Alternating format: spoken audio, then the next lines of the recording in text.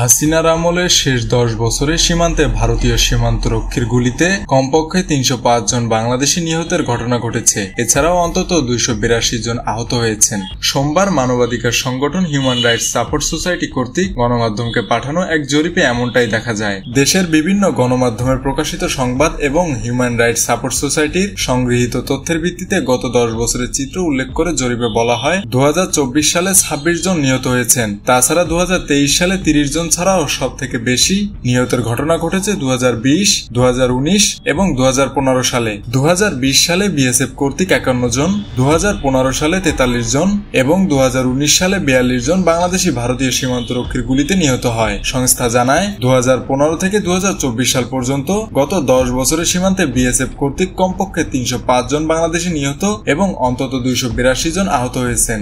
সীমান্তে বিএসএফ কর্তৃক শুধু 2024 সালে 57টি হামলার ঘটনায় 26 জন বাংলাদেশি নিহত, 25 জন আহত, 47 জন গুলিবিদ্ধ এবং 158 জন গ্রেপ্তার হয়েছেন। একই সময়ে সীমান্তে 9 জন বাংলাদেশির লাশ পাওয়া গেছে, যারা ভারতীয় নাগরিক ও খাসিয়াদের হামলায় নিহত হওয়ার অভিযোগ রয়েছে। এছাড়াও 2025 সালের জানুয়ারি থেকে 8 মার্চ পর্যন্ত সীমান্তে বিএসএফ কর্তৃক 15টি হামলার ঘটনায় 4 জন বাংলাদেশি নিহত, 10 জন আহত, 5 জন গুলিবিদ্ধ ও 15 জন গ্রেপ্তার হয়েছেন। এ সময় সীমান্তে ভারতীয় নাগরিক ও খাসিয়াদের হামলায় 3 জন বাংলাদেশি নিহত হয়েছেন। এ সকল ঘটনা সীমান্তের নিরাপত্তার ক্ষেত্রে একটি নাজুক পরিস্থিতি নির্দেশ করে। ভারতের বারবার প্রতিশ্রুতি এবং কূটনৈতিক প্রচেষ্টা সত্ত্বেও এই দুঃখজনক ঘটনাগুলি উদ্বেগজনক হারে বছরের পর বছর ধরে ঘটছে। তাছাড়া ভারতীয় সীমান্তরক্ষী বাহিনীর গুলিতে পঞ্চগড় সীমান্তে মোহাম্মদ আলামিন ও সিলেটের কানাইঘাট সীমান্তে ভারতীয় খাসিয়াদের হামলায় শাহেদ মিয়া হত্যার ঘটনায় HRSS তীব্র নিন্দা, প্রতিবাদ ও সুষ্ঠু বিচারের আহ্বান জানিয়েছে মানবাধিকার এই সংস্থা। এদিকে human rights support society Bangladesh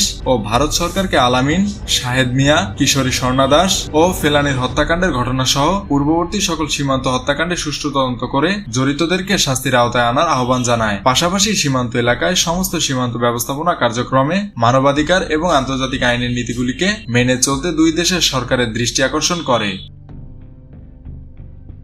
মেহেদী হাসান বাপ্পি, খুলনা গেজেট।